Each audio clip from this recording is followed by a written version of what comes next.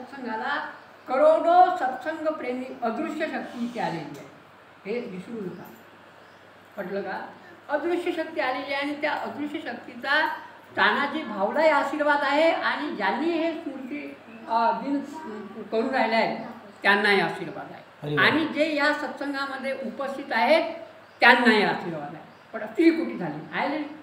तर मेटेपार हा ऐतिहासिक शहर आहे गुरुदेव सेवा मंडळाच्या दृष्टीनं. त्या ठिकाणी बोकड कापत होते, एक दैत होता आणि तो जात आहे म्हणे. मग महाराज गेले, महाराजांनी मग ती लोकांची जी अंधश्रद्धा होती ती दूर केली.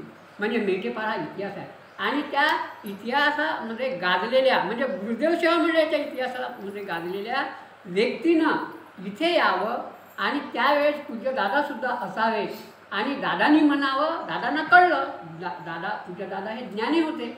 त्यांना कळलं का आता याची वेळ झालेली आहे, याला गुरुपद गुरुदेव म्हणजे गुरुदेवाचा त्या ठिकाणी त्यांना गुरुदेवाचा प्रसाद मिळाला.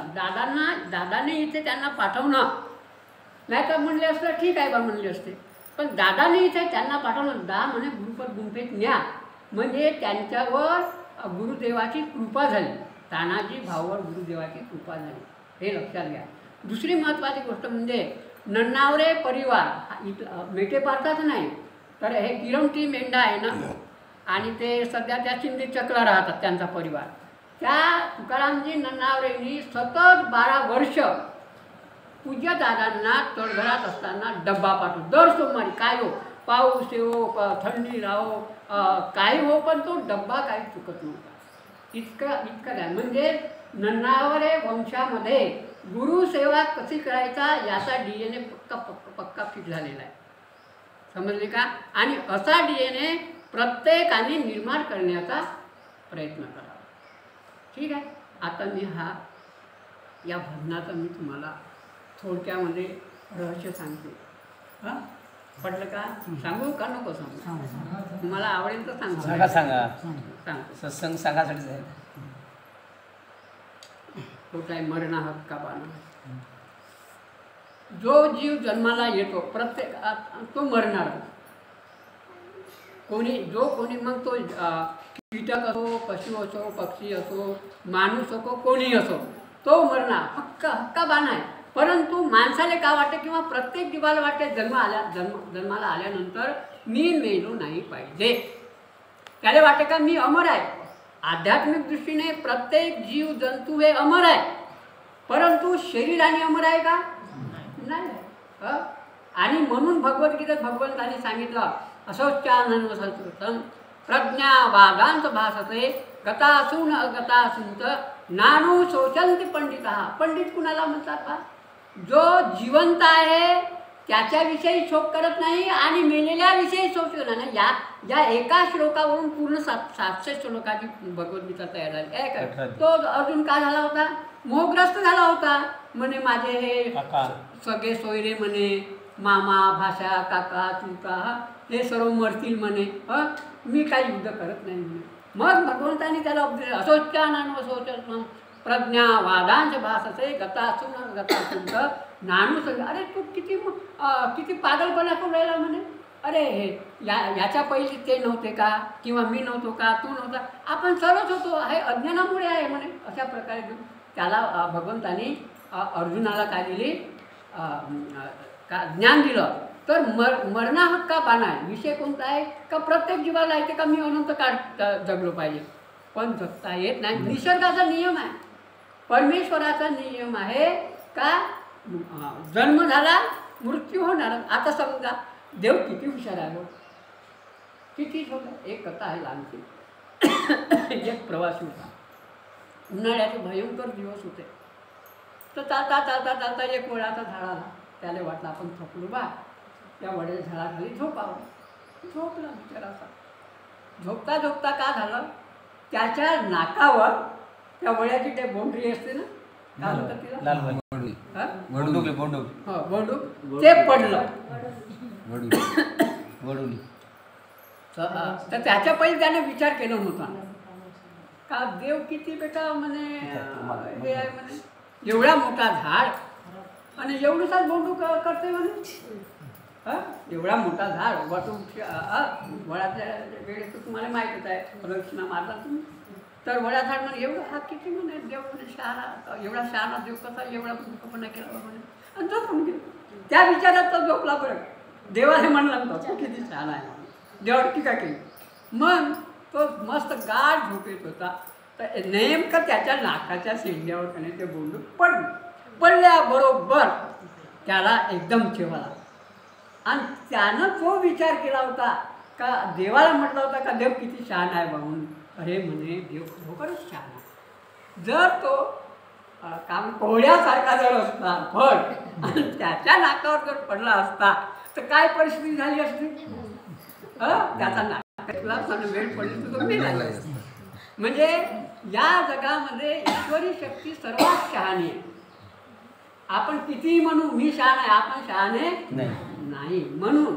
मरणा हक्का बानाय म्हणजे प्रत्येक जीवाला वाटते का मी मेलो नाही पाहिजे परंतु नाही गडे हो मरणच चांगलं आहे समजले का पुढे काय आहे मरणा हक्का बानाय उधार हां जिना उधारा जाना आना आहे आणि आपण जे जगतो ना उधारीनं जगतो बायको पोरगा सून नातलग मित्र परिवार याच्यासाठी जगतो आपण पुरा जीवन म्हणजे या जन्ममरणाच्या फेऱ्यामध्ये इतका हा जीव गुंतून जाते का त्याला काय कळत नाही आणि कहा गया तो कहा नाही और क्या लाया तो कुछ नाही आणि म्हणून मरतानी जसे विचार असतील आणि हे एक मला आता आज 9 टप्पा आहे ना आताच आम्ही त्यांना सांगू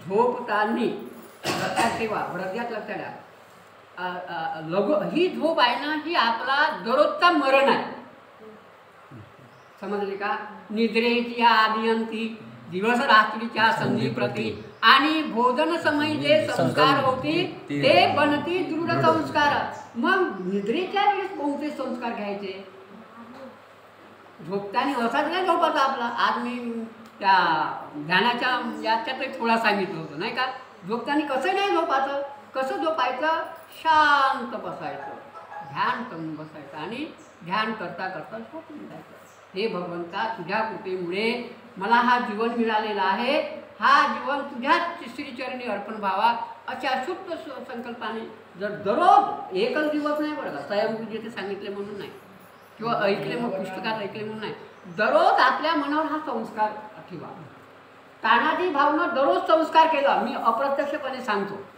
आता मी तर काय त्यांना पाहिलं नाही ते मला पाहिले असते साया गुरुजी म्हणून समजले का तर त्यांनी दररोज संस्कार केले आपल्या मनावर का देवा मला तुझ्या श्रीचरणावर समर्पित व्हायचं आहे आणि मला अशा प्रकारचा मृत्यू दे बरोबर आला आणि हे लक्षात घ्या सिद्धांत आहे समजले का वेळ होईल मी कमी याच्यात सांगतो तर सिद्धांत असा आहे की आपण जसे मनावर संस्कार टाकू कॉन्शियस माइंड आणि अनकॉन्शियस माइंड समजले का जाणीवाचं मन आणि अनजाणीवाचं मन हे तो मोठा विषय आहे राहू द्या त्याला तर त्यांनी तानाजी ना हां तानाजी भावने आपल्या मनावर संस्कार टाकले म्हणून त्यांना हा योग आला कुणाला योग येत नाही तर कोणी तर खाटेवरच पडून मरते असं काढून टाकते मरून जातात समजले का त्या मरणाला काही महत्व आहे का ते असा जो मरण येते तो कोल्या कुत्र्याच्या जन्माले जाते आमचे वडील सुद्धा राखी पौर्णिमेच्या दिवशी म्हणतो ते योग्य केले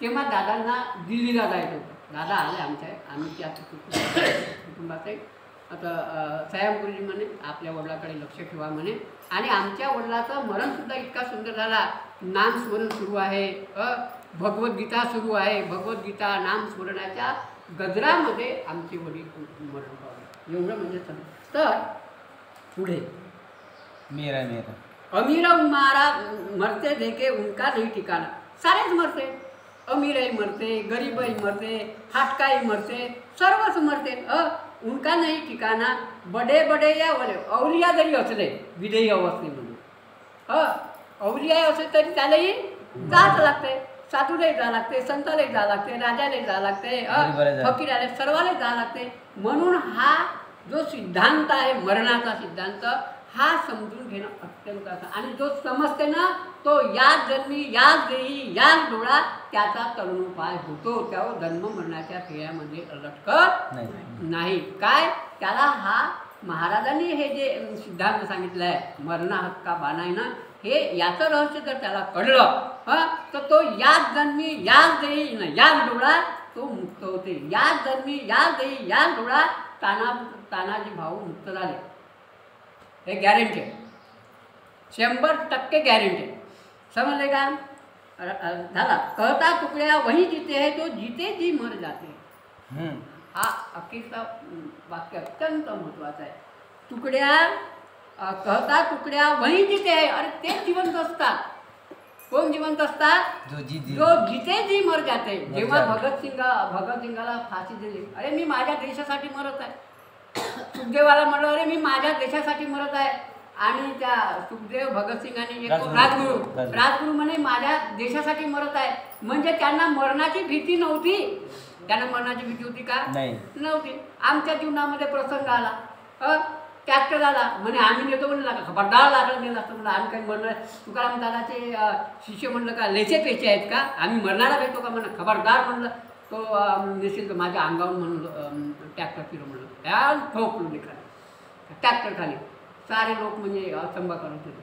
म्हणजे स्तुती म्हणून नाही म्हणा प्रसंगानुसार सांगायला. तर कहता तुकड्या वही जिथे जो जिथे मरतात. म्हणून जीवन जगतानी खंबीरपणे जगाचा, ढोराडुकरासारखा जगाचा नाही, अगदी पुरुषार्थाप्रमाणे जगाचा. आणि पुरुषार्थाप्रमाणे जो जीवन जगते ना तो जीवनामध्ये यशस्वी होतो. उनको नाही है आना जाना वो मरना बतलावे. इथेच महाराजांनी सांगितलं ना की ज्याला हे रहस्य कळते जीवनाचं, महाराजांना किती वेदना होत होत्या.